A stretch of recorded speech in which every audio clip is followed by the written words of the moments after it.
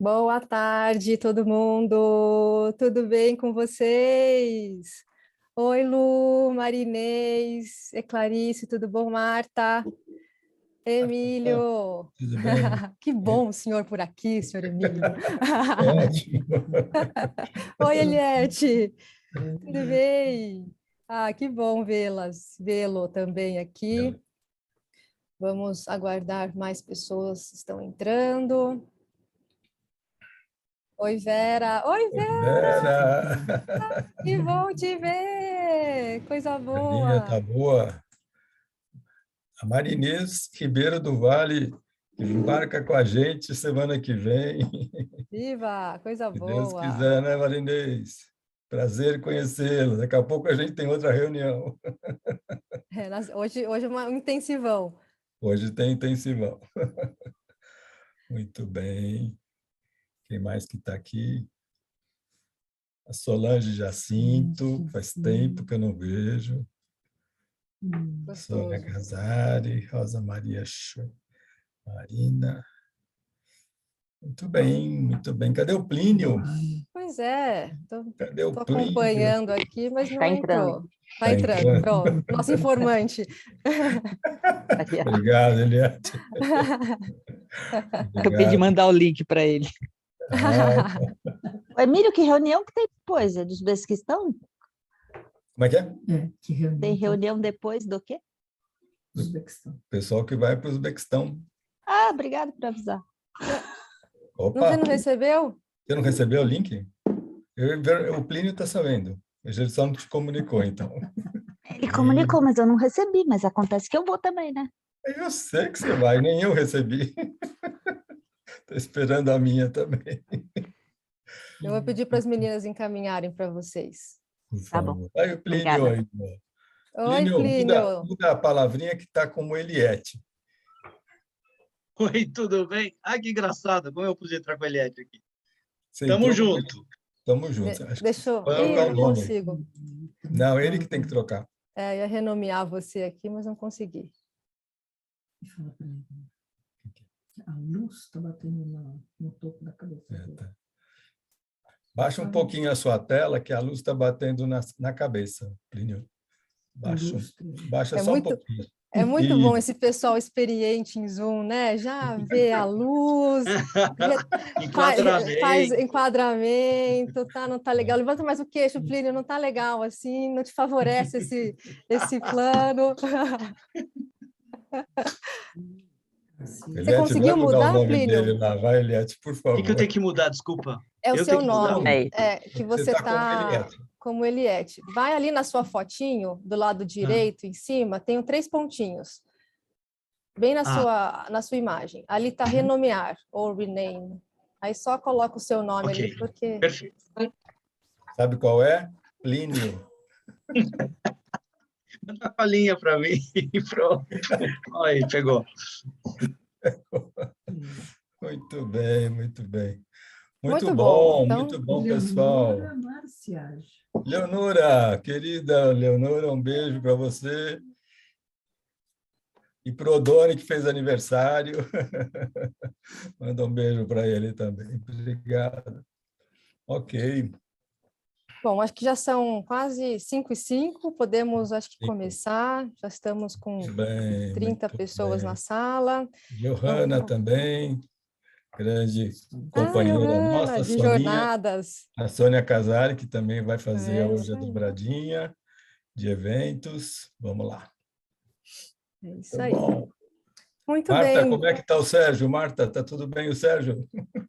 Então tá. Um abraço para vocês. Obrigada. Obrigado, querida. Vamos lá. A Nancy também acabou de abrir a câmera agora, tudo bem? Nancy. Tudo bem, Nancy. saudades de vocês. Nossa, eu estava vendo na agenda que faz 3 anos que a gente foi para o Irã. Opa, Eu fui com é o Plínio mesmo? e com o Emílio. Foi a última viagem de 19, a última grande que eu fiz. Foi com vocês, vai fazer 3 anos, gente. Olha 3 só, que anos. legal. Pois é. Opa. Então vamos embora que agora tem mais. Tem Muito muito bem. mais. Então vamos lá, vamos dar início aqui ao nosso chá da tarde. Então, para quem entrou agora, bem-vindos, boa tarde. É sempre uma alegria vê-las todas aqui. Eu vou, antes de tudo, pedir licença para colocá-los todos no mudo. Então, já vou mutar os microfones para que tenhamos um encontro mais tranquilo. E Plínio, Emílio, vou pedir para vocês abrirem seus microfones, por favor. Então, vamos lá. Eu me chamo Luana, eu faço parte da equipe da Latitudes, e é um prazer imenso, como eu já disse, estar com vocês aqui. O nosso chá, então, hoje vai falar de um destino muito especial, que há tempos estamos aqui cozinhando ele para que a gente pudesse finalmente lançar uma viagem, e esse destino é Tunísia.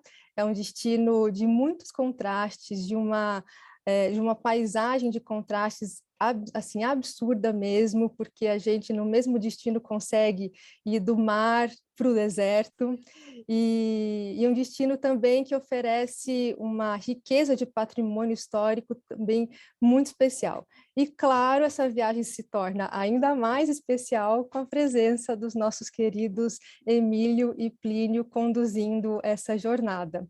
E para quem ainda não os conhece, opa, só um minutinho, deixa eu tirar de alguém aqui que está compartilhando. Isso, vamos compartilhar aqui as intimidades. Então, e para quem, então, não os conhece, eu vou fazer uma breve apresentação, vou passar a palavra para eles, mas durante a fala do Emílio e do Plínio, se vocês quiserem deixando os seus questionamentos, comentários durante a aula, no chat, a gente depois, no final, faz a leitura das perguntas, tá bom? Então, vamos lá. Então, começamos com o nosso querido Plínio Gomes. Ele é historiador e mestre pela USP, tradutor e conferencista. Publicou vários artigos acadêmicos, além do livro Um Herege Vai ao Paraíso, Companhia das Letras, de 1997. Viveu em Florença, na Itália, por 10 anos e transferiu-se em seguida para Damasco, na Síria, onde se dedicou ao estudo do Islã e da cultura árabe.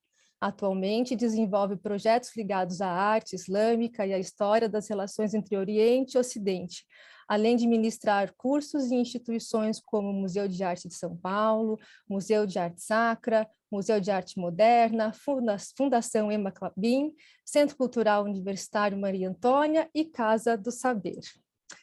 E agora passamos para a apresentação do querido Emílio Molfarrigi. É formado em arquitetura e pós-graduado em gestão do conhecimento e capital intelectual. Voltou-se para a filosofia a partir de 1975.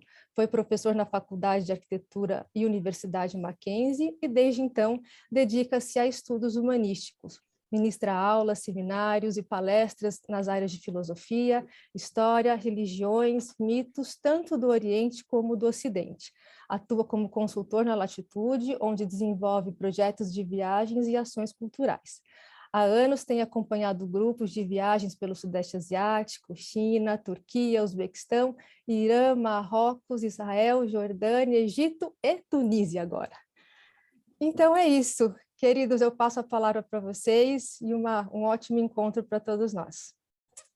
Obrigado. Nós vamos começar agora, eu e o Plínio é que vai abrir o tema, né, Plínio? Muito bem, Então, isso mesmo. Muito bem. Passa, a palavra é sua. Muito bem. Bom, boa tarde, gente. Estou muito entusiasmado com este projeto da Latitudes. O assunto sobre a Tunísia é, assim, enorme, vastíssimo.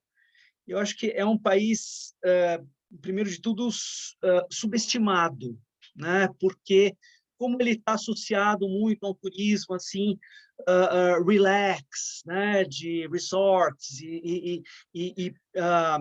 entre a piscina e a praia, eu acho que a gente perde muito, na verdade, de um outro elemento importante. Não que isso não vale a pena, pelo amor de Deus, não é o que eu gosto de fazer, mas é legítimo tudo isso. O perigo é esquecer que, na verdade, a Tunísia tem uma história riquíssima, né? Extremamente fascinante, com muitos estratos diferentes, né? Eu, inclusive, vou me apoiar um pouquinho, antes de começar o que queria apresentar uma breve coisa, mas antes de começar, eu queria me apoiar um pouquinho aqui nesse livro magnífico que eu tenho aqui. Acho que vocês estão vendo ao contrário, é uma pena. Mas o nome dele é As Viagens de Ibn Battuta. A gente está lendo perfeitamente, Plínio. É. Tá, graças a Deus. Está bem, está As divertido. Viagens de Ibn Battuta, né? Bom, porque o Ibn Battuta, que, como vocês bem sabem, eminente, viajante, medieval, contemporâneo do Marco Polo, né? Que praticamente fez um percurso talvez até mais longo do que o próprio Marco Polo, né? Ele era marroquino e ele inicia suas viagens na condição de um Haji, ou seja, um indivíduo que vai fazer a peregrinação a Meca, o Hajj, né, para Meca. E saindo de Tanger, que era a sua cidade natal, ele fatalmente passou pela Tunísia, porque era o meio do caminho, era uma etapa muito importante no norte da África. Vou mostrar isso no mapa para vocês. E aí ele faz uma série de descrições sobre aquilo que hoje chamamos de Tunísia, né? E ele cita, em um determinado momento, aparece a citação de um poeta árabe, bom, esses árabes sempre com essa coisa muito lírica, né? E cita um poeta também medieval, que assim, exaltava, né, as ondas que batem na Tunísia, dizendo que essas ondas, né, iam e vinham, né, nesse movimento contínuo, como se fosse um amante em busca da sua amada.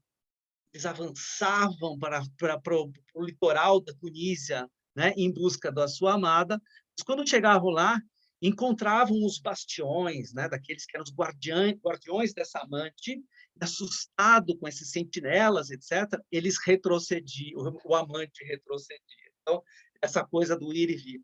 Mas o relato depois também continua, né? Porque a gente sabe que o Ibn Battuta depois fez várias viagens, entre as quais uma travessia do Saara. E aí é outro componente que merece ser mencionado quando pensamos na Tunísia, né? Essa relação do país com as rotas caravaneiras que atravessavam a África, né? Num interessante comércio que envolvia vários elementos, enfim, de conexão ali entre o Mediterrâneo e a África negra subsaariana, né? Entre as quais o sal, o ouro, né? Os escravos, o marfim, tudo isso atravessando essas rotas caravaneiras, né? Que tinham também na Tunísia uma etapa muito importante. Mas, bom, dito isso, a gente também tem uma outra camada histórica importantíssima, né? Que é aquela ligada à antiguidade, ao mundo da antiguidade. E como vocês bem sabem, né? A Tunísia é onde estava a celebérrima, né? Cartago, a grande inimiga dos romanos, né? A proverbial inimiga, a grande rival da construção do Império Romano. Por um longo período, não estava claro qual das duas cidades dominaria o Mediterrâneo, se Roma ou Cartago, né? Então, deixa eu começar um pouquinho com uma exposição breve sobre este período, que eu acho interessante também a gente lembrar. E aqui está, né? Enfim, começando assim com esse conjunto de, né, pequenos rostos, né, com as pupilas muito avantajadas, né, são imagens um pouco estilizadas, mas que fazem lembrar, fazem pensar nos antepassados, nos antigos antepassados aí do nosso povo tunisino, que eram os fenícios, né? É interessante, isso nós estamos vendo, são, na verdade, amuletos. Já entenderam, né? Amuletos contra o mal olhado, né? Daí essa pupila avantajada, né? Que, ó, é isso. Estou de olho em vocês. Não me venham com mal, não me venham com inveja em cima de mim, né? Quer dizer, ter amuletos como esse era mais do que recomendável para um povo de comerciantes, né? Que se engravam os mares do Mediterrâneo e também do Atlântico, não só do Mediterrâneo, já na antiguidade. Né?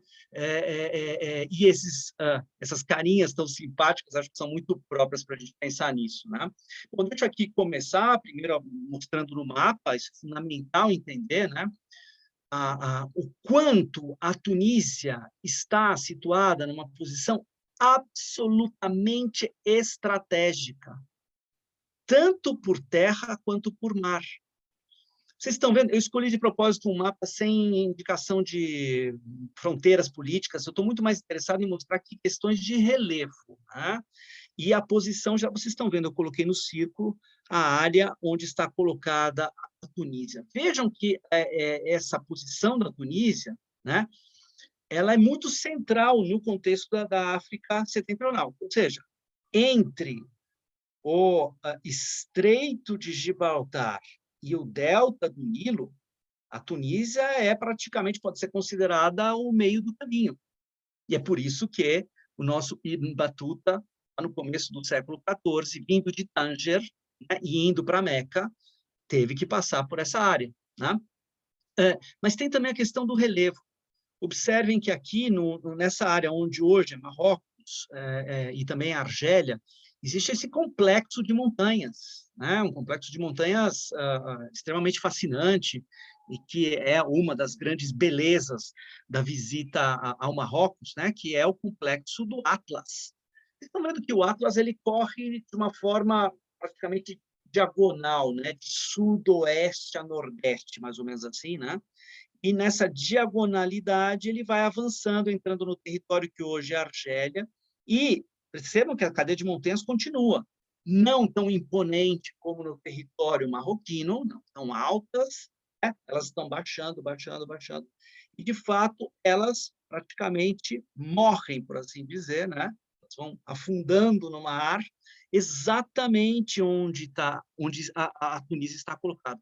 Então, a Tunísia ela é parte desse complexo de montanhas, né? Ela é o seu último segmento a oriente.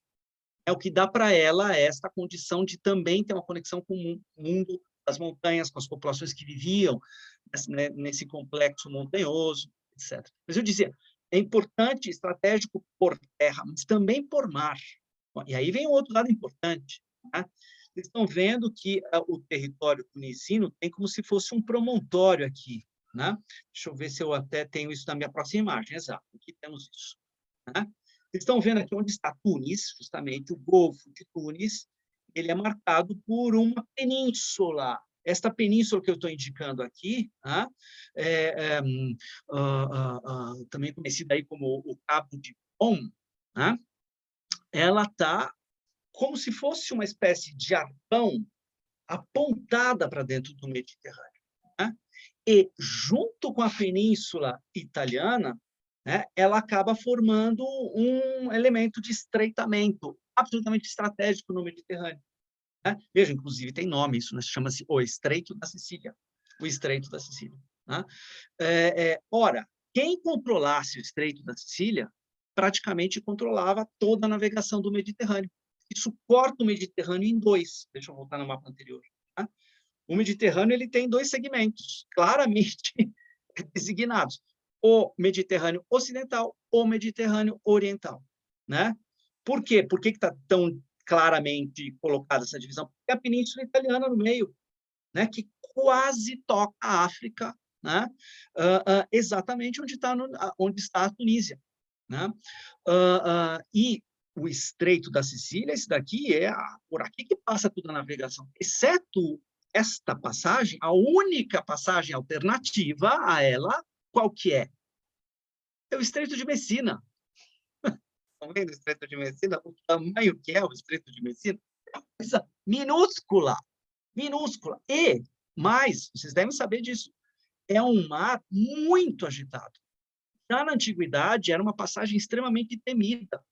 Era um lugar onde sereias, enfim, né, confundiam os navegantes, e tinham naufrágios que não acabavam mais. Então, o Estreito de Messina ele não pode muito ser considerado como um elemento de passagem náutica. Não tem comparação com o Estreito da Sicília. O Estreito de Messina está aqui, minúsculo, e o Estreito da Sicília, né?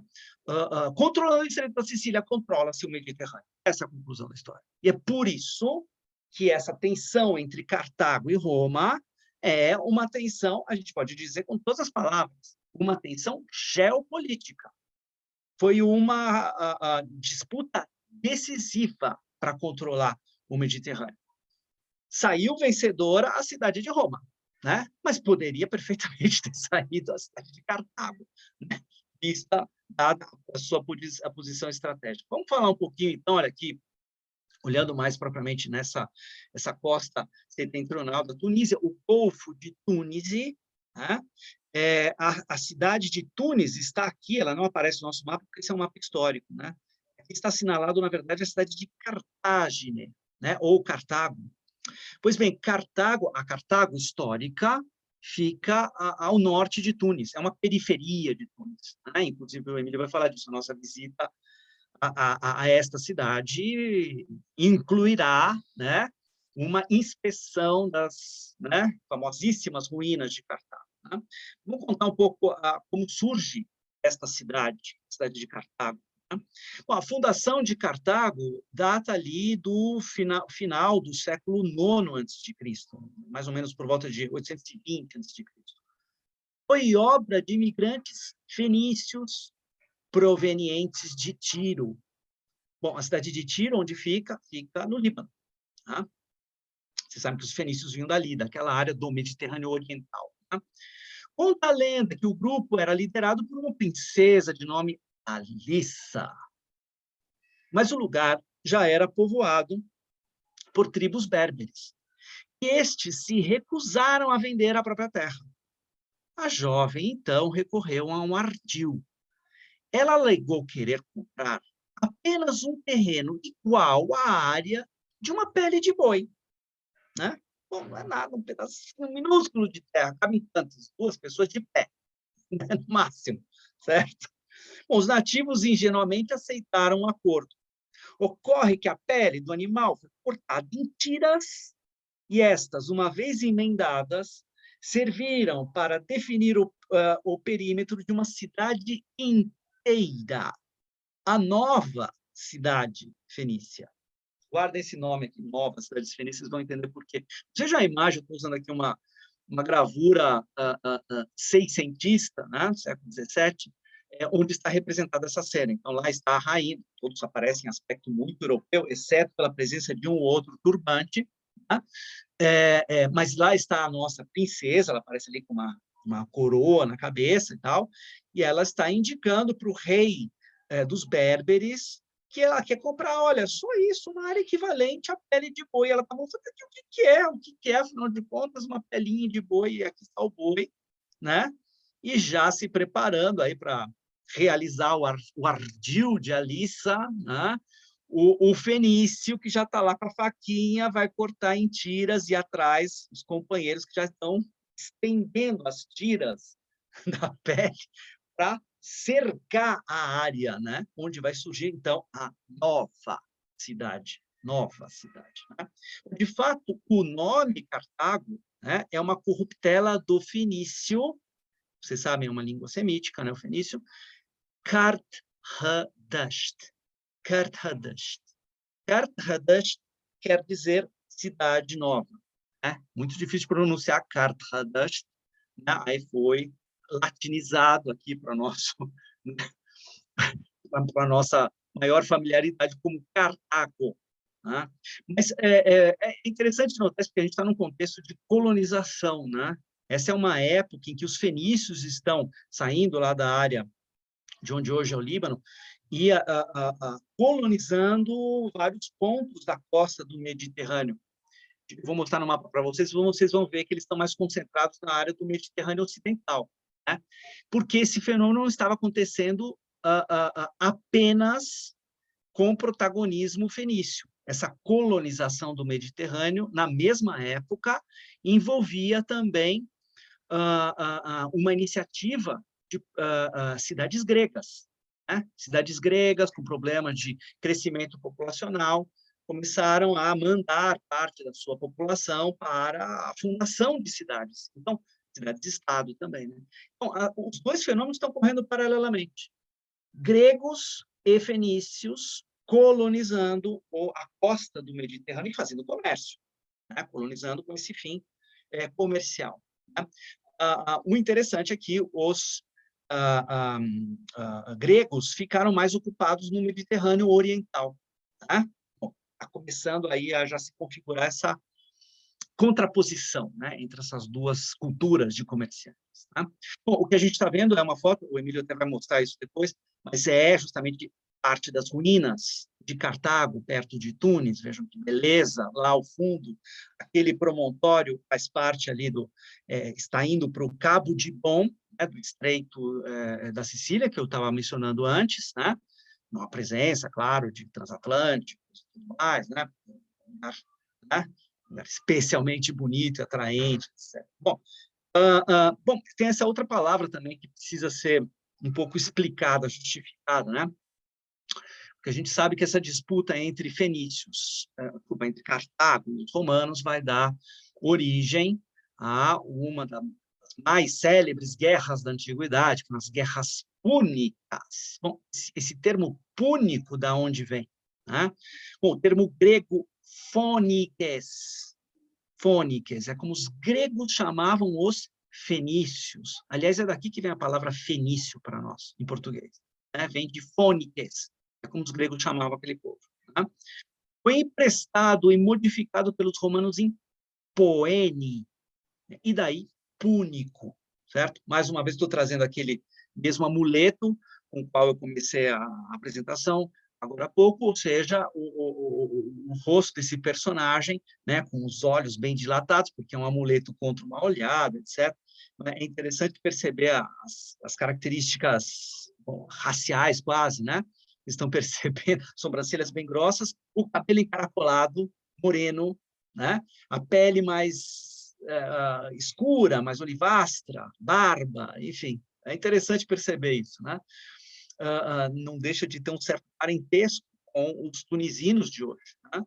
Muito bem, vamos mostrar um pouco uma imagem, reconstituição do que devia ser Cartago naquela época, projetado ali para o Golfo de Tunis. E o que a gente está vendo é um território aí bastante articulado, desde já essa percepção, né, de como se fosse uma seta apontada para dentro do mar, né? Tem esse elemento triangular em ponta mesmo, né?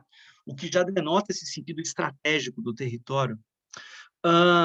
Era uma cidade muito articulada, tem uma área urbana complexa, cercada por muros, tem também uma área agrícola, né, que abastecia essa cidade, não só essa cidade. Né? A importância de Cartago, né, como a gente vai entender, ela tem a ver com comércio, sim, mas tem a ver também com a sua própria agricultura. Essa zona em torno de Tunis era muito fértil, né, muito propícia à agricultura, muito explorada pela agricultura. Né?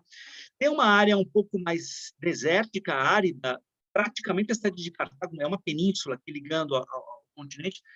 Originalmente, Cartago era quase uma ilha, né? Era uma península projetada dentro do mar, com uma estreita língua de terra conectada ao continente. Mas faltou dizer a coisa mais fascinante de Cartago, sem dúvida nenhuma, que é este elemento que eu estou assinalando aqui para vocês. É o porto de Cartago. Né? É um porto bastante impressionante, construído artificialmente em 2 segmentos. Deixa eu mostrar aqui uma reconstituição. Aqui dá para ver a cidade, esse porto ao fundo. Né? Vocês estão vendo que tem 2 segmentos nesse porto. Ele tem um elemento que está aberto para o mar, de uma forma vagamente retangular, mas isso leva a uma outra área redonda, certo? São como se fossem 2 portos. E o porto aberto para o mar, deixa eu aqui dar uma outra imagem, essa mais clara, né? Essa parte do porto aberta para o mar era a parte mercantil do porto de Cartago. Era onde entravam as embarcações, né, dedicadas estritamente ao comércio. Mas acontece que Cartago era também uma potência geopolítica. E, claro, como potência geopolítica, ela precisava ter a sua própria marinha, né, a sua força naval. Então, as embarcações militares ficavam numa área mais protegida dentro da área desse porto, né? Que é justamente a área redonda, né? Vocês estão vendo? Inclusive, esse elemento redondo aqui é onde estão os arsenais para a reparação dos navios, né? Os navios encaixam dentro enfim, dessas casinhas, né? Elas se encaixam ali dentro para esse trabalho de manutenção, né? E do ponto de vista assim, da engenharia, da arquitetura, notável perceber, né?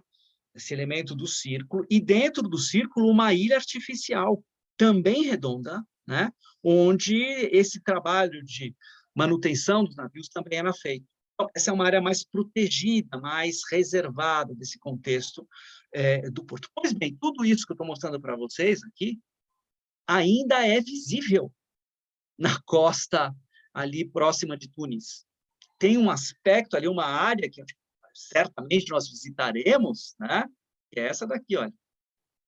Claro, hoje foi um pouco desconfigurado, porque a área com, claro, a destruição de Cartago, a cidade vai entrar em declínio, etc. Esse porto vai perdendo a função ao longo do tempo, mas a gente mais ou menos consegue reconhecer, né, o elemento redondo. Essa é um lago artificial, né, com uma ilha também artificial construída dentro dele, né, que era a área militar do porto. E esse elemento aqui, hoje está um pouco menos claro, mas, enfim, também é uma espécie de lago, é aqui onde ficava o porto mercantil, né? Então, enfim, isso aqui será visitado com todo carinho, né, com todo interesse, muito, muito fascinante, né? Muito bem. Bom, como se dá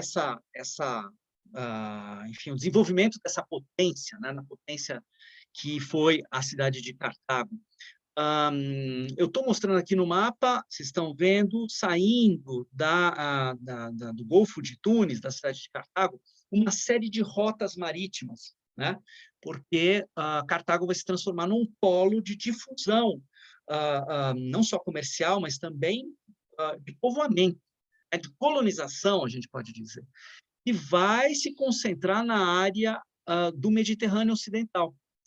Isso vai caracterizar uma ocupação fenícia na Sicília, na Sardenha, na Córcega, né? Nas Ilhas Baleares, né? Na costa da Península Ibérica, né? Definindo várias novas cidades, inclusive uma que tinha o mesmo nome de Cartago, né? Aquela Kardalhasht, que eu mostrei para vocês, que era Cartago, vai ser fundada uma réplica dela na costa espanhola, né? Na costa sul da Espanha atual, né? Eu estou falando de Cartagena, certo? O nome Cartagena é como Cartago. É um topônimo de origem fenícia, né? E isso tudo com esse elemento espetacular do ponto de vista das navegações. Os fenícios ousaram atravessar o Estreito de Gibraltar, coisa que os gregos não fizeram.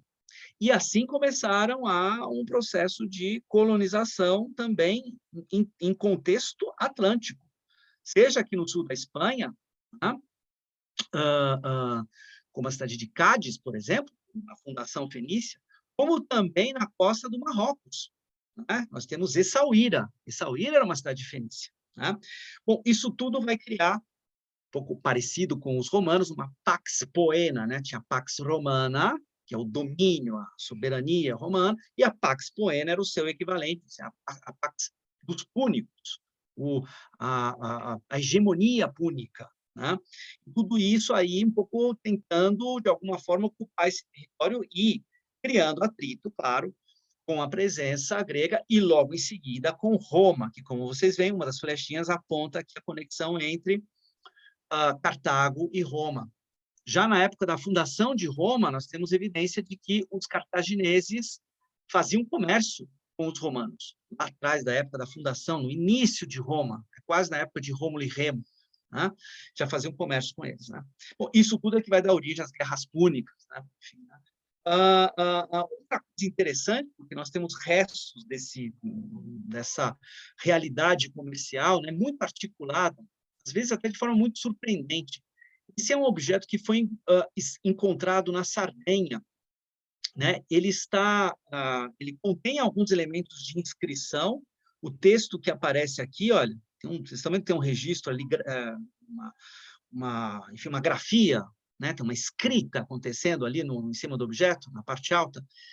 Essa escrita é escrita etrusca. E ali está escrito a seguinte frase, em etrusco, certo? Mi puniel Cartazie, que queria dizer, em etrusco, sou um púnico de Cartago. Isso aqui é um objeto fantástico. Né? Deixa eu falar, o suporte é, na verdade, marfim. Né? Ele era um marfim esculpido, a gente hoje só tem um fragmento dele, né? Tem uns pedacinhos. Provavelmente tinha uma figura de um animal deitado aqui, para dar um elemento ornamental, né? Enfim, de beleza. Ele possuía furinhos, porque ele era feito para ser pendurado no pescoço, exatamente como se fosse um crachá. E ele está escrito na língua, né, do povo onde esse comerciante atuava, né, que eram ali a zona, né, de atuação dos etruscos, ou seja, ali no Mar Tirreno, né, ainda antes do surgimento de Roma, né?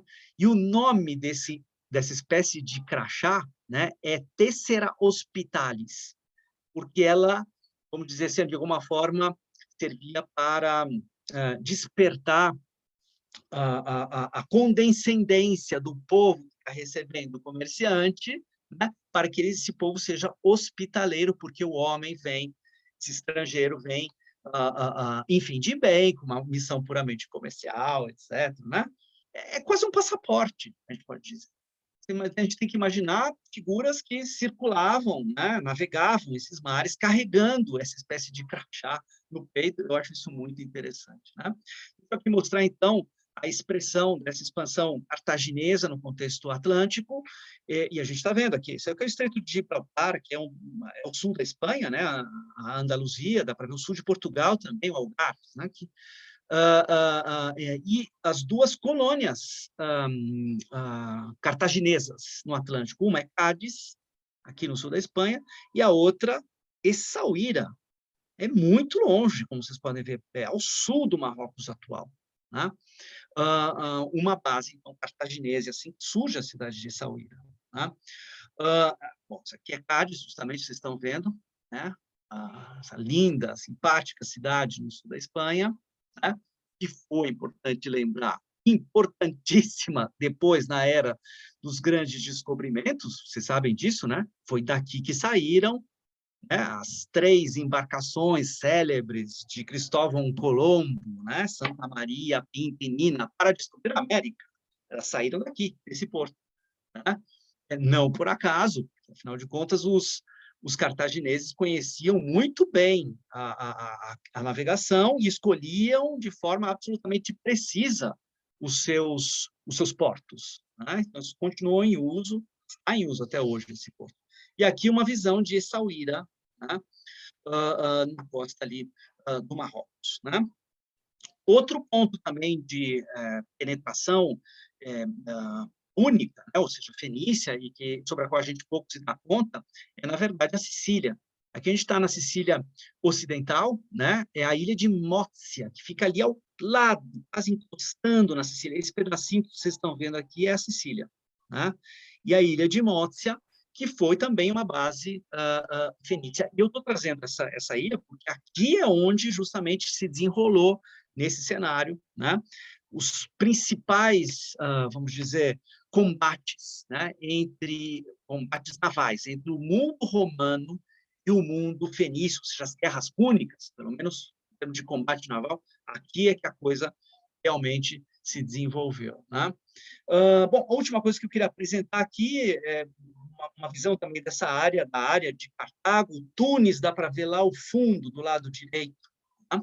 A cidade atual de Tunis.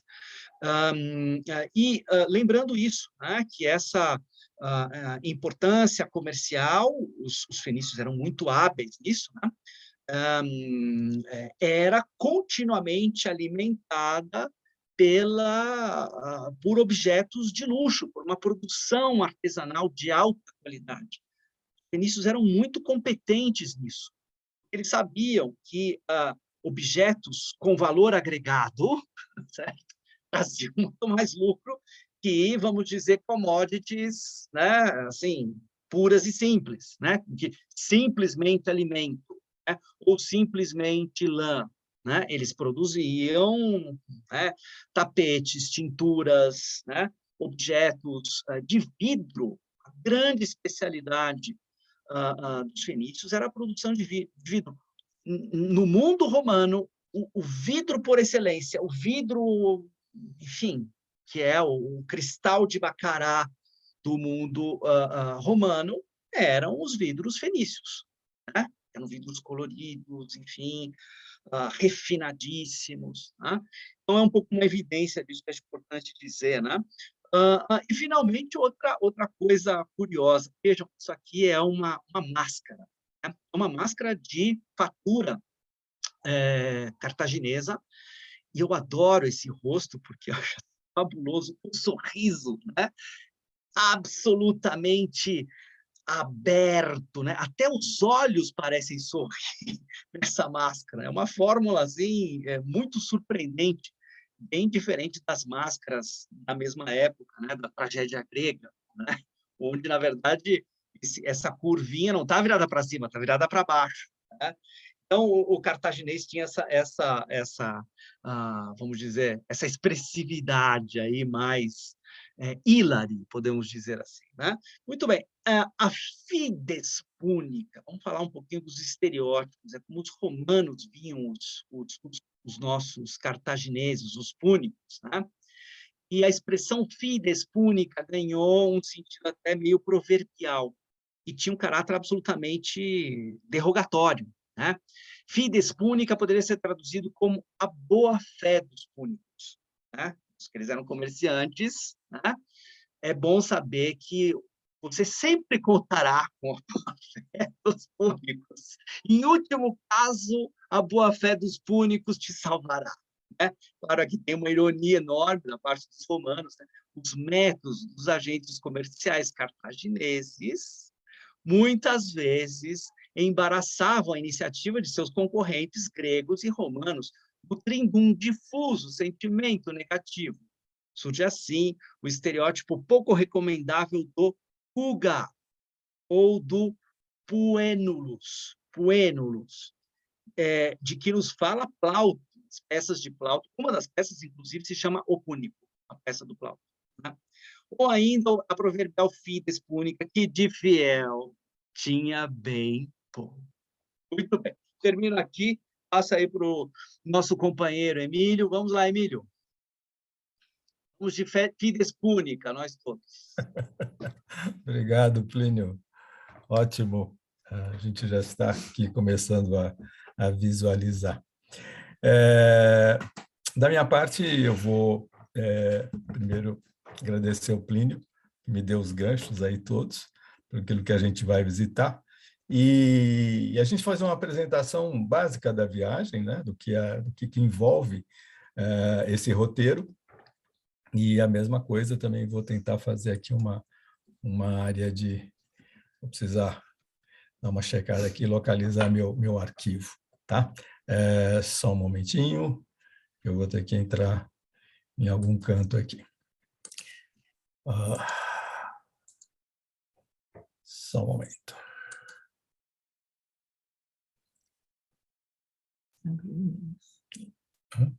Aberto seus e-mails. Tá, eu sei. Veja se abriu tudo. Cara. Não. Não? Aqui, ó. Tá, ok. Aberto e-mails. Só share. Eu vou...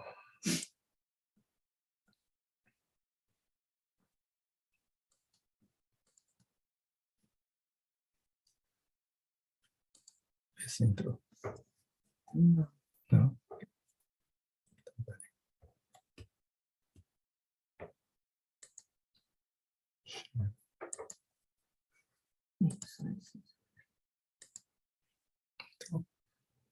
Agora sim.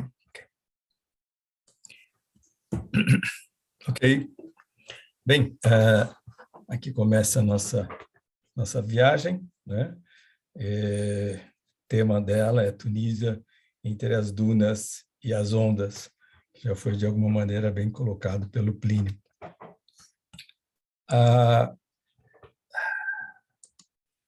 Enfim, aqui está o Plínio, que vocês já conhecem, até justamente Plínio, eu estou achando até engraçado que essa imagem que você colocou lembrou a foto que eu coloquei de você. Lembrou muito, né? E aqui estou eu, enfim, somos aqueles que estaremos acompanhando. Essa é a região que envolve o nosso desenvolvimento da nossa viagem, né? A partir do planisfério, a localização no norte da África e os países que estão fazendo fronteira, né? A Algéria e a Líbia, aqui, e logo depois estaria o Egito. É uma viagem que vai acontecer, a princípio, a partir de São Paulo, Paris, Tunis. Esse é o que nós estamos ainda observando, uma sugestão de voo, mas para que vocês possam ter uma ideia que a gente faz sempre uma base dentro da Europa. Esse é o roteiro que nós vamos estar desenvolvendo, né? Uma viagem que vai começar no dia 9 de outubro e vai até o dia 23. Isso significa que, se nós tivermos segundo turno, nós estaremos, durante esse período, fora do Brasil, né? E retornaremos para o segundo turno com alguns dias de antecedência. A viagem, como vocês estão vendo, nós chegaremos em Tunis no dia 10, né? A primeira base nossa será justamente a cidade de Cartago, como passeio, etc. Depois nós vamos a Sus, e assim uma série de outras cidades que eu vou mostrar através de um mapa a rota terrestre e aérea que nós vamos fazer. Para vocês terem uma ideia, nós chegaremos a partir de Tunis, que fica justamente aqui, o Plínio já havia mostrado isso para vocês, e essa linha azul será a linha da nossa rota toda terrestre, né? Ficaremos um tempo em Tunis, visitando algumas coisas em volta, lógico, Cartago, e a gente estará com outra cidadezinha também bem pitoresca. Depois vamos para Sousse, e aqui vamos visitar o Monastir, El Ren, e Karawan, que é a famosa mesquita. Entraremos agora, ou seja, a gente sai de uma região bastante verde, ou pelo menos com uma presença maior de vegetação, e começamos depois a entrada dentro do deserto, né? Que esse é o trecho mais longo de viagem que a gente faz até Tozer, onde a gente se depara com um lago grande que tem somente uma presença de sal, né? Alguém está com fone, por favor, fechem, por favor, seus fones. E ali, de Tozer, a gente faz uma investigação. Por favor, alguém está com o fone aberto? Já fechei. Por favor, obrigado. De Tozer, a gente depois segue fazendo essa rota também interessante até Djerba, onde a gente fecha a nossa viagem. Então, nós fazemos toda uma passagem, né, ou seja, podemos explorar bastante bem o território da Tunísia, desde a parte de forte presença romana, né, ou pelo menos dos elementos que fazem parte aí da nossa leitura, né, dos elementos cartagineses, e aquilo que vai marcar principalmente a nossa viagem será não apenas ruínas romanas, mas também a presença da expansão islâmica pela Tunísia, dando uma série de destaques nessas regiões todas que vamos visitar, né? Esses mapas vou passar era mais para a gente poder se localizar. Isso fazem parte das guerras púnicas, e, enfim, também temas que o Plínio acabou abordando.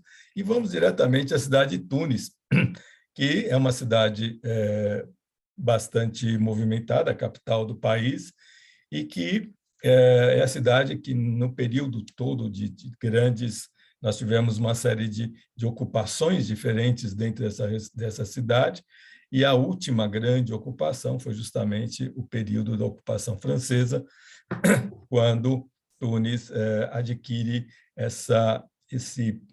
vamos dizer assim, uma apreciação, ou pelo menos uma forte característica francesa, que é tudo aquilo que os franceses andaram fazendo de ocupação, principalmente no século XIX, em regiões que por todo o norte da África, entre outros países, no norte e também na área subsaariana, e a gente sabe também da presença forte francesa dentro do Marrocos, né? Então, esse elemento é muito característico e, portanto, Tunis, ou toda a Tunísia, assim como o Marrocos, são grandes destinos para os franceses, né? Eles vão constantemente para lá. Isso também deu essa característica de apenas a gente, às vezes, apreciar, seja Marrocos ou a Tunísia, muito mais por suas praias, e a beleza mediterrânea desde já é fantástica, mas para nós interessa, acima de tudo, o lado mais específico da cultura, né? E das sobreposições culturais que a gente tem. A cidade de Tunis, como a gente falou, fundada mais ou menos em 814 a.C., e aqui é um dos prédios do governo, que é localizado na Praça Casbah, né? Casbah significa uma fortaleza, né? Uma presença de alguma região que tinha não apenas como se fosse uma pequena cidadela, e, enfim, essa praça histórica dentro da cidade de Tunis tem esse monumento e é um prédio governamental, né? A mesquita de Zitouna ela é de 731, volto a dizer, a gente vai ver muito em Tunis as presenças de marca islâmica, como essa mesquita, que é uma das mesquitas mais importantes do país, e ela fica no coração da Medina histórica de Tunis. A Medina é a parte antiga da cidade. Quem visitou já algumas cidades de países árabes, muitas vezes já ouviu falar nesse termo da Medina, é onde se estabelece, normalmente ela é amuralhada, né, e a área onde estão presentes a mesquita, o hammam, ou seja, os banhos, é onde você tem as madraças, ou seja, as escolas corânicas, é uma unidade de sobrevivência importante e um centro governamental, né? Essa mesquita, ela, nas suas imagens, ela vai muitas vezes apresentar um pouco alguns traços da arquitetura romana, né? Como a gente pode observar a partir dessa sequência dessas colunas e desses arcos, né? E se a gente não falar muito, a gente vai pensar que poderia até ser a entrada de algum local cristão, né? Mas, na verdade, é uma das entradas dessa mesquita, que é belíssima, e, como vocês podem ver, a partir dessas colunas todas, no chão, vocês já estão vendo os tapetes que já são colocados, dando justamente a posição para a oração, né? Vocês podem ver que cada uma dessas areazinhas é para a pessoa, para o fiel, realizar as suas orações. Eles são basicamente sunitas, então eles fazem as 5 orações diárias, se fossem xiitas, fariam 3. E vocês podem ver o elemento que vai ser bastante comum dentro dessa região. E a proteção que eles fazem na parte de baixo, né? Com essas áreas, como se fosse uma espécie de telas que eles colocam para a proteção dessas colunas, né? A cidade tem também uma catedral dedicada a São Vicente de Paula, fica na Ville Nouvelle, ou seja, a presença do termo e das terminologias francesas se fazem muito presentes dentro da Tunísia. A Tunísia foi, dentro dos países, durante a Primavera Árabe, um dos primeiros a ter essas grandes movimentações. É um país que tentou, e é o que mais se aproxima de uma forma de governo democrática. Obviamente, nós temos muitas alternâncias dentro desses países islâmicos, mas a Tunísia foi uma espécie de ponta de lança dentro da Primavera Árabe. A presença, então, de São Vicente de Paula, e para aqueles que têm alguma familiaridade com esse santo da igreja, ele está totalmente voltado ao auxílio aos pobres, ao lado assim bastante da generosidade, né, e da compaixão. Outro elemento importante da cidade é o Museu Bardo, talvez um dos mais importantes. É um edifício que era originalmente um palácio, e que é do século XV e fica localizado aí nos subúrbios de Tunis. É um dos museus mais importantes da bacia do Mediterrâneo e o segundo maior do continente africano, depois do Museu Egípcio. Isso deve sofrer alterações com a inauguração do famoso Museu das Pirâmides do Egito, que deve se realizar possivelmente esse ano em novembro, né? Pelo menos é o que se tem dito, né? E ele traça a história da Tunísia ao longo de vários milênios, muitas civilizações e através de uma grande variedade de peças arqueológicas, né? Esse museu tem uma arquitetura que mescla, volto a dizer, elementos romanos e elementos orientais, principalmente da arquitetura islâmica, e ele é muito famoso pela qualidade dos seus mosaicos. Essa peça à esquerda que vocês estão vendo, poderíamos chamar, de uma maneira assim, um pouco mais contemporânea, de uma jacuzzi, né? Ou seja, está ligada a alguma área de banhos.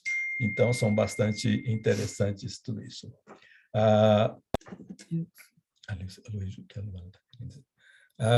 Cartago, enfim, que nós temos já as visitas que faremos a essa região, as montanhas de Birsa, né? Que a gente está vendo aqui, para a região, vamos dizer assim, de punho mais de uma visita de sítios arqueológicos, né? Os banhos antoninos, enfim, é aquilo que de Cartago a gente pode visitar, portanto, é de presença romana.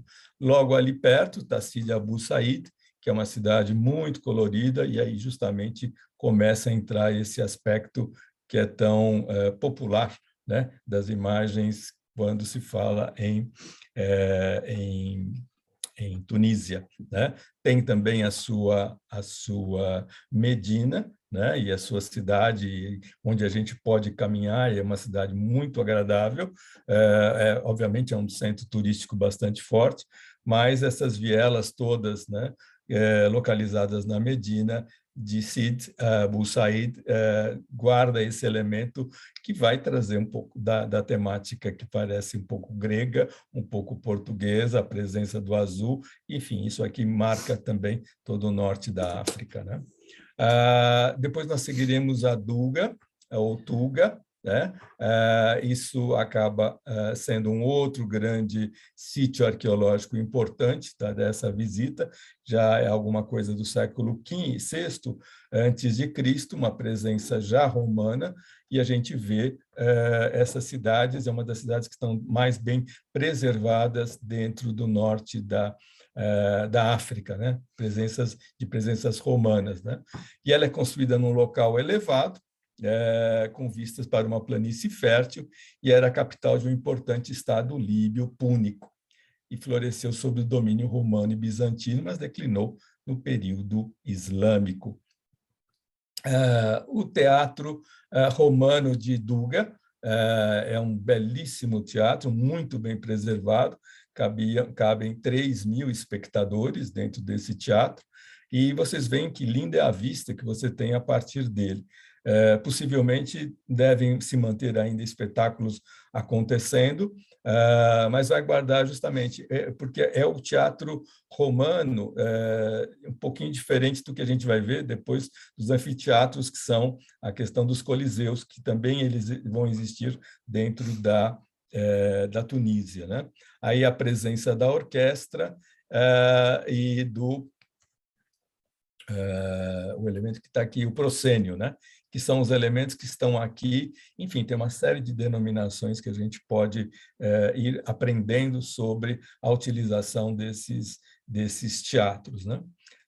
E aqui está para vocês verem numa estrutura assim de uma planta o que seria, né? Isso aqui é o proscênio, a orquestra, que é essa parte arredondada, o proscênio, que é esse termo, e assim tem uma série de outros elementos que permitem o desenvolvimento de grandes espetáculos. Aqui nós já estamos em Sus, já estamos, portanto, já saindo já de Cartago e de Tunis, estamos indo já para o sul. Também já vai aparecer a presença também sempre das mesquitas, as cidades que vão se desenvolver, a cidade que vai se desenvolvendo, então essa mescla toda do antigo e do moderno, principalmente por serem grandes centros de turismo marítimo, né? E pelo menos pelas suas praias, né? Perto ali nós temos a cidade de... só um pouquinho, desculpa. Onde a gente vai visitar esse anfiteatro de Tisdrus, melhor dizendo, de 230 a 238 antes de Cristo, e cabiam 35 mil pessoas. Do ano Domini, desculpa, não depois, antes de Cristo, depois de Cristo. E aí nós temos uma das poucas, quer dizer, dessa cidade que é El-Ren, ou El-Ren. Essa é uma das áreas que a gente deve visitar. São áreas de passagem de turismo relativamente rápido. Então, a gente vai, visita, e são os grandes centros de visitação. Então, aqui a gente está perante um coliseu bastante bem produzido, né? Tem uma coisa que come aqui meu texto, né? Monastir, né? A cidade de Monastir também, e vocês vão ver aqui essa grande construção, também já de tempos islâmicos, que vão ser também alguma espécie de uma casba ou uma estrutura de defesa bastante bem amuralhada. Veja bem, nós estamos sempre em regiões marítimas e, portanto, você tem as áreas de perigo, né? Ou seja, de risco de operações e de ocupações e invasões. Então, esses são elementos assim que são também fortalezas, ao mesmo tempo que guardam também estruturas, um pouco da estrutura urbana dessas cidades. A grande mesquita de Kairouan, que é uma das mesquitas mais importantes, né? Talvez uma das mais antigas do mundo, ela é de 670, e, portanto, é logo no início da expansão islâmica, e ela faz parte dessa nossa visita, né? Ela tem uma série de estruturas, e a gente vai, o Plínio, a gente fez uma análise interessante dessa mesquita, onde nós vamos ter elementos que vão...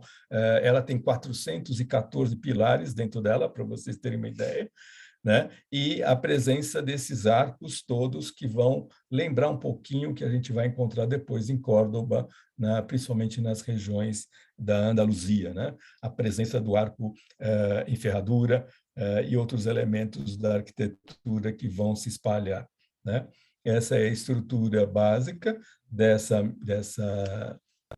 mesquita, e que, com certeza, ela foi sendo construída aos poucos, né?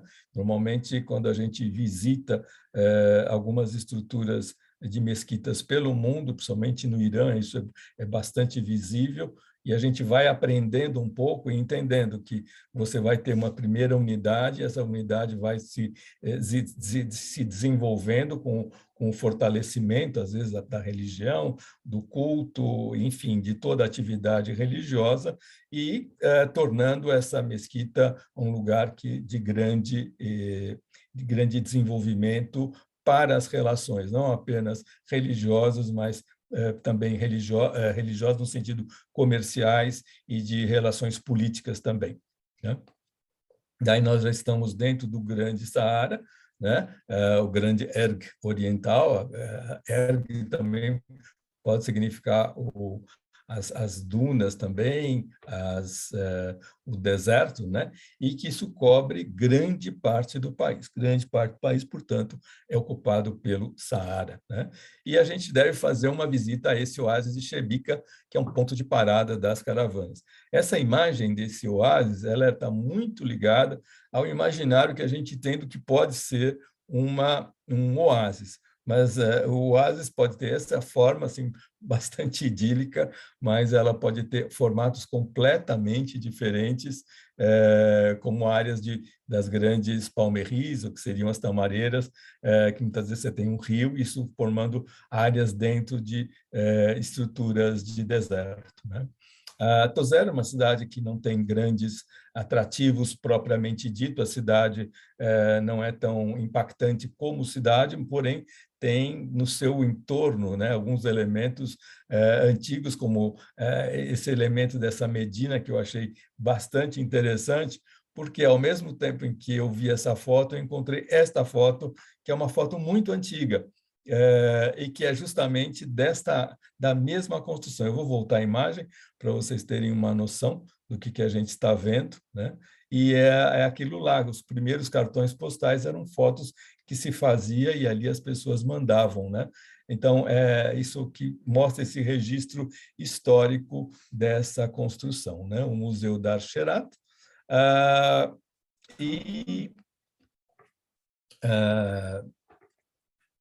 O que a gente tem também dentro dessa região é os aspectos que vão envolver a temática de ter sido espaço, né, para uma série de filmes, né? E os aficionados de Guerra nas Estrelas, e hoje praticamente a gente não usa tanto essa denominação e vai usar muito mais a denominação Star Wars, é justamente nessas regiões onde a gente vai visitar, em que esses elementos foram usados pelos seus diretores como elemento cênico, né?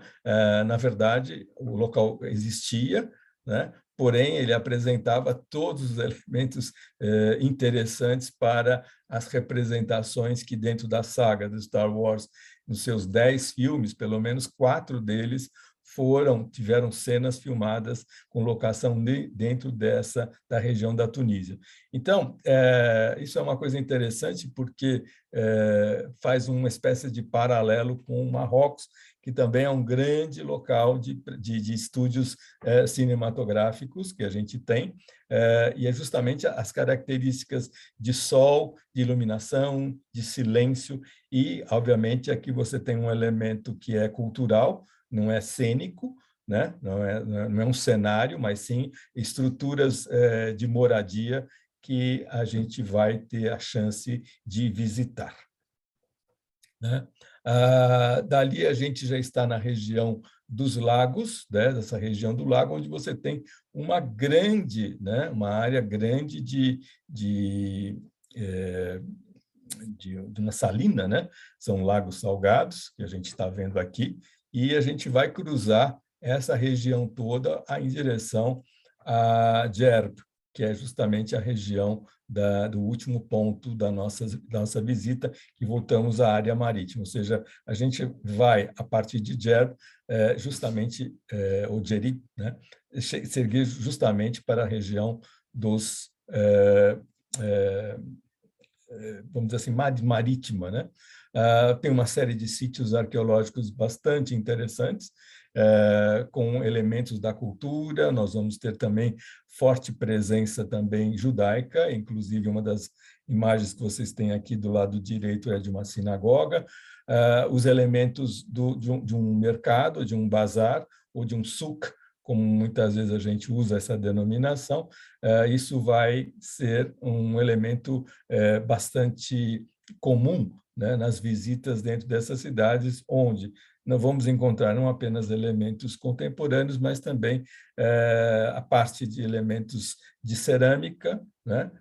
Isso vai ter uma certa similaridade com outros locais do norte da África, né? Essa foto da esquerda em cima são fornos de cerâmica, né? E a cerâmica é muito utilizada, vocês estão vendo na imagem ao lado, como esse elemento de adereço junto às paredes dessa residência, né? E as estruturas também, que vão lembrar um pouco aquelas fortalezas da Tunísia, elas são muito características dessa região. As casbas que a gente vê em outros países têm outras características. Aqui nós estamos vendo a presença do branco e desses contrafortes também segurando e dando uma característica muito particular, né? Enfim, elementos que vão fazendo um pouco o imaginário de um local que é bastante agradável, tem a presença da cor também, da luminosidade, né? E podem ter certeza, os ambientes internos tendem a ser sempre mais sombrios, justamente para fazer o contraste com esses elementos. Os hotéis que a gente vai estar utilizando, a princípio, podem ser esses ou similares, seriam Four Seasons lá em Tunis, né? O Movenpick em Sousse. Vocês estão vendo que a estrutura hoteleira é de altíssimo nível, nós estamos colocando a Nantara, que será em Tozeur. Isso aqui, na verdade, vai lembrar as estruturas das grandes tendas, né, dentro do deserto, um hotel de uma rede da Ásia que está se fortalecendo bastante, né? E fecharemos a nossa visita no Hotel Asdrubal, que fica lá em Djerba, né? Aqui tem umas estruturas, Shukran é o agradecimento desses dois personagens que acompanham esse grupo, e eu, com isso, fecho a minha apresentação. Muito bem. Bravo, bravo, Emílio, bravo, Plínio. Muito bom, delícia de apresentação, delícia de aula. Realmente são imagens inspiradoras e a história, eu acho que toda a carga cultural que tem essa região da África é uma coisa realmente preciosa. E o que é mais legal ainda é que a gente ainda consegue ver, tem esse registro, esse resquício visual de todas essas camadas históricas e culturais que passaram por ali. Então, realmente é muito, muito incrível. Eu vou dar tem alguns comentários aqui no chat, algumas pessoas já foram para a Tunísia, Marilene já foi para lá, Sônia também, Johanna também está aqui. A Sônia comenta um pouco antes dos movimentos sociais da Primavera Árabe e agora estão voltando ao passado autoritário. Acho que foi um comentário com relação a uma das partes da fala de vocês. Exatamente. Isso é um tema que está... Não sei se o Plínio queria comentar alguma coisa a respeito. Eu quero sim. É irresistível isso. Porque a história recente da Tunísia, ela passou aí por momentos muito fascinantes para o mundo todo, né? Porque foi ali mesmo, na Tunísia, que a Primavera Árabe começou, né? A gente escuta muito assim, uns comentários negativos, um pouco deprimentes sobre, imagina, nunca daria certo. Onde você viu um árabe com um regime democrático?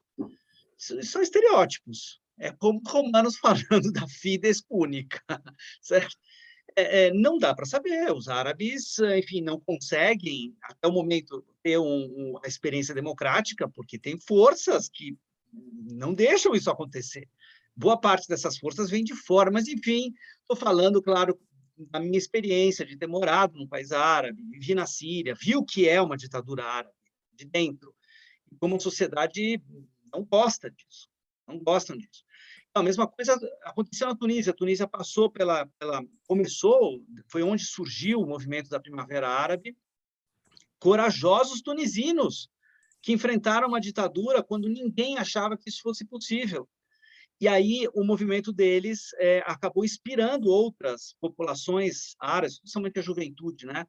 A começar pelo Egito, depois isso foi se espalhando também pela Síria, né? A Jordânia foi rapidamente sufocado, mas na Síria a coisa também foi forte. Enfim, eu acho que a gente não pode, desculpa, eu acho o fim do mundo. A gente um olhar assim crítico e, sabe, muito até, né, entediado. Ah, mais uma vez, manifestação de rua, era tudo errado, para quê? Sabe? Puxa, essas pessoas estão tentando, e principalmente, olha, eles são vítimas de ditadura.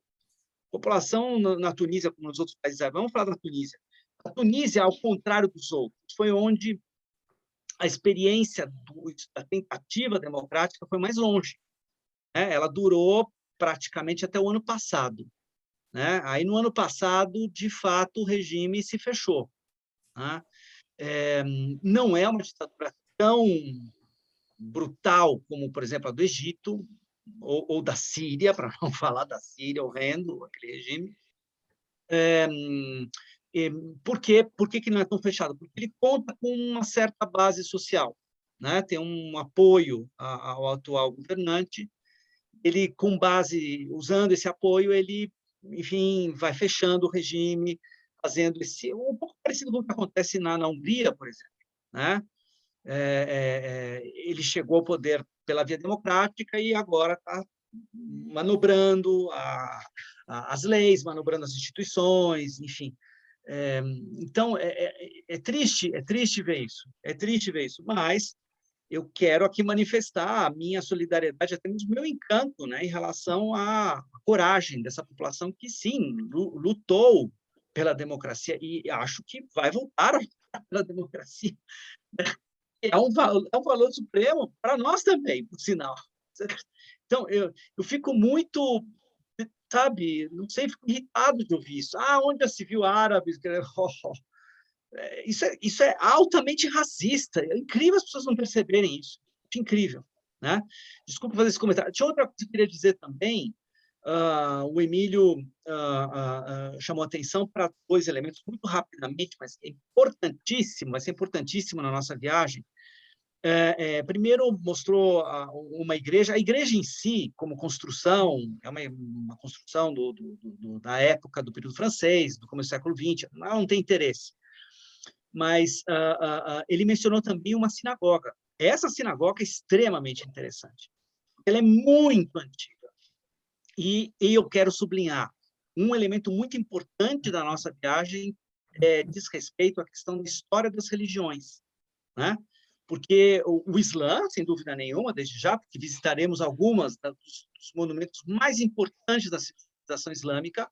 As mesquitas da Tunísia foram o protótipo das mesquitas da Andaluzia. Então, a mesquita de Córdoba, ela nasce na mesquita de Kairouan. A mesquita de Kairouan é o que a mesquita de Córdoba estava copiando, certo? Então, tem a questão islâmica ali muito forte, mas não é só isso, não. A gente esquece, muitas vezes, né, que foi no norte da África que o cristianismo começou a tomar forma. O cristianismo como a gente conhece. O cristianismo que acabou vingando, né, aquele cristianismo ocidental, né? Foi no norte da África que essa coisa começou a tomar forma. Muito antes de desembarcar de verdade na Península Itálica, né? Então, tem uma figura aqui que é fundamental para a nossa visita, que é Santo Agostinho. A gente esquece disso. Santo Agostinho, ele era tunisino. E mais, a mãe dele era berbere. Certo? Era berbere. Então, ele é um homem de origem... É um homem africano, um homem africano de origem berbere. E que é um dos santos fundamentais do cristianismo, e não só, um dos maiores filósofos de toda a história do pensamento. Então, nós falaremos muito de Agostinho de Hipona, que é da onde ele vinha, de sua mãe, Mônica, né, a Santa Mônica, né, e falaremos muito da obra de Agostinho, né, desse livro magnífico que são as Confissões. Eu acho que é uma ocasião, sim, importantíssima a gente ter contato com esse início do cristianismo visitando a Tunísia. É o lugar certo para fazer isso, né? E também a mesquita, né, porque a mesquita mostra essa presença de comunidades judaicas da diáspora, que estavam lá, vivem na Tunísia, em todo o norte da África, desde a época do Império Romano, né? Então, e não é à toa que o cristianismo tomou pé justamente no norte da África, porque tomou pé exatamente dentro das comunidades judaicas do norte da África. Então, falar de tudo isso visitando uma mesquita, desculpa, uma mesquita, uma sinagoga antiquíssima lá na Tunísia faz todo sentido, né? Então, das várias camadas, né? Eu acho que essa daqui não podia ser esquecida. Nós falaremos muito de história da religião, isso de forma muito própria, né? Visitando monumentos, né? Acho que isso vai enriquecer muito a nossa viagem. Ok, Plínio, Com obrigado. certeza. É, Tem uma Lu, outra. tem umas perguntas aqui? Temos. A Beatriz pergunta se precisamos de visto e se a temperatura é amena em outubro. Não é necessário visto, a gente precisa ter o comprovante de vacinação contra a febre amarela, e a temperatura, ela varia bastante nesse período de outubro. Então, ela vai chegar, assim, a média histórica nesse período de mais ou menos 27 graus durante o dia, e à noite ela pode cair a 17. Então, é aquele tipo de viagem que de manhã e à noite a gente sempre está de abrigo, e durante o dia vamos tirando, especialmente porque também a gente vai estar em muitos hotéis na costa. Então, durante o dia é muito provável que seja possível aproveitarmos o mar, ou uma piscina, ou o spa, que desses hotéis são maravilhosos, enfim, mas é assim, tá bom? Sobre valores, já está Valores, eu acabei de deixar aqui no chat um link que dá acesso a todos esses valores. A nossa equipe de vendas também, elas podem passar todos os valores e encaminhá-los com detalhes para vocês, tá bom? Eu vou colocar novamente para ficar mais fácil encontrar aqui. E eu gostaria de saber se alguém tem mais alguma pergunta, se podemos, quem quiser, fique à vontade para abrir o microfone e fazer a sua pergunta.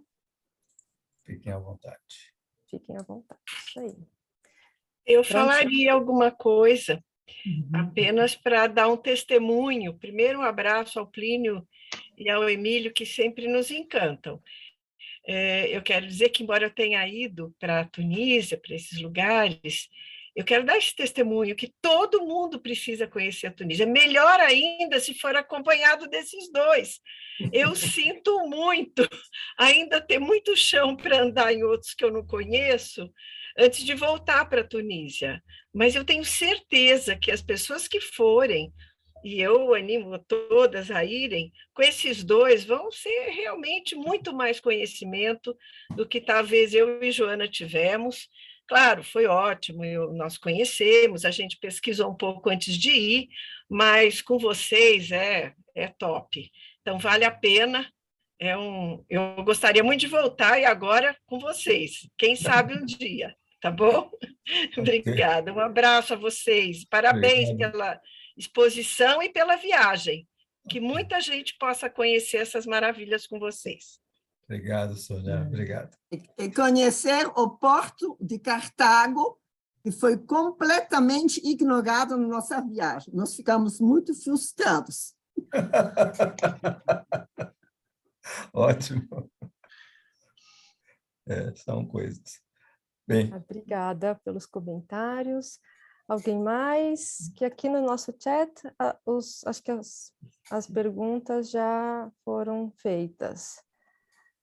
Bom, já que ninguém se manifestou, então eu mais uma vez agradeço ao Emílio e ao Plínio como sempre, conversas e encontros muito inspiradores.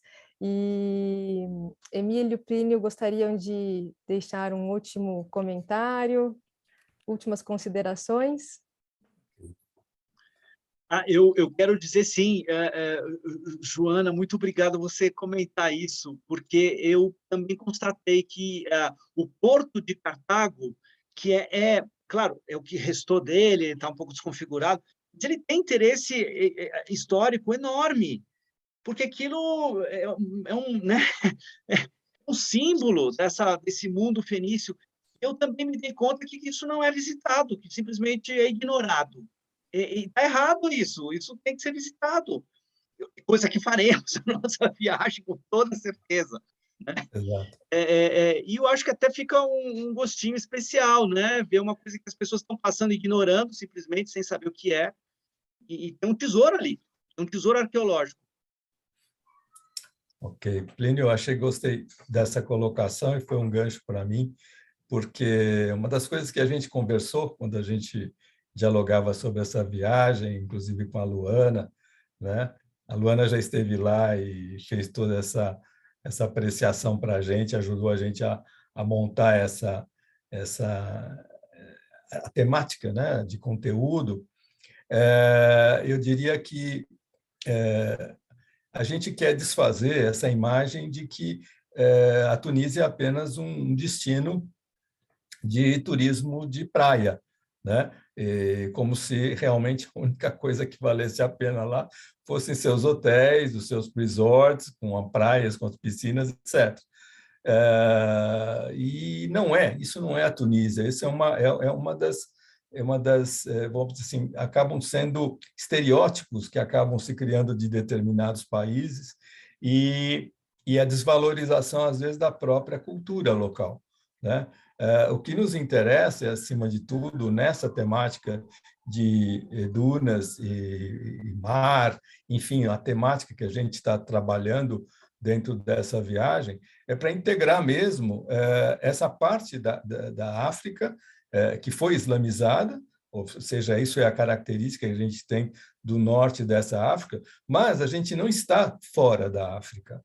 Eu acho que esse é um outro ponto importante, que quando a gente está visitando alguns países, seja Marrocos, seja Egito, seja a própria Tunísia, desde já agora, com esse novo destino que a gente está abrindo, é que a gente tem que entender que nós estamos dentro de um continente que não é o continente europeu, mas que sofreu fortemente influências e, eu diria assim, nem sempre tão positivas, e o que fez desses países serem uma espécie de anexos da Europa.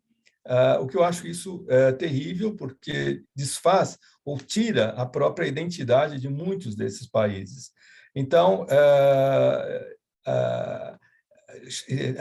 todas essas denominações francesas que você acaba encontrando em Tunis e em outras localidades, na verdade, não é alguma coisa que dá status para a cidade. Talvez para um tunisiano comum, ele sinta que isso está dando um status para a cidade. Não exatamente, porque existe uma história, e uma história que, em algum momento, quando a gente fala de guerras púnicas, que a gente ouviu falar na história, talvez nos cursos de história muito antigos, se falava disso, de guerras púnicas.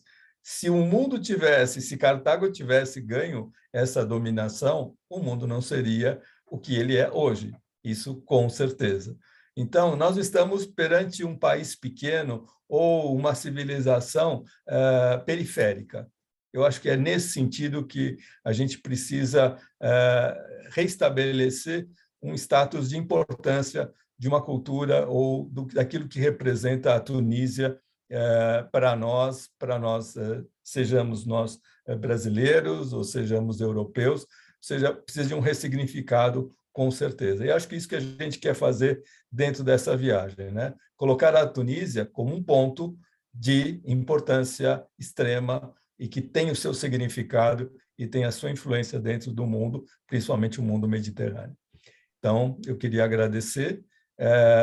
A oportunidade vai ser deliciosa. Como sempre, a nossa dupla vai bem. A gente tem rodado alguns países, eu e o Plínio, e isso tem trazido, a gente está com um monte de gente que já viajou com a gente aqui, e estou vendo pessoas, eu estou vendo o Roberto Gabariti, que é um grande amigo, uma pessoa que fazia tempo eu não via, e cada um de vocês, né, sintam-se absolutamente convidados, né, a ir saber como é que funcionam as coisas, como é que é essa viagem, e a gente vai estar disponível e esperamos poder, no dia 9 de outubro, estar embarcando com vocês em direção a Tunis. Ok, da minha parte, muito obrigado, Luana, um beijo para você e passo a palavra para você. Muito bem, Emílio, muito bem colocado, super grande finale com as suas palavras, muito bem postas. E eu queria agradecer a todos também pela presença, por estarem conosco em mais um Chá da Tarde. E novamente lembrando que a nossa equipe está sempre à disposição para qualquer informação, dúvidas, e eu deixei aqui todos os contatos também. E é isso. Então, como sempre, terminamos o nosso chá. Eu vou autorizar a abertura dos microfones, se quiserem se despedir. Prontinho, todos estão autorizados. Obrigada, Luana, para toda a sua organização. Obrigada, Johanna. Obrigado. Muito bom te ver. Muito bom, fazia tempo. Obrigada. Parabéns Obrigada. também. Muito obrigado, gente. Parabéns a Queria você. agradecer uma pessoa que faz tempo eu não vejo, que é a Suzana Saba, que mandou uma mensagem para mim e para o Plínio, e estou agradecendo, Suzana, faz tempo que a gente não se vê, espero a gente se reencontrar, tá bom? Aqui está uma resposta direta para você, aqui ao vivo e a cores. Tá bom, obrigada. Muito bem. Então, um grande beijo a todos. Uma ótima noite.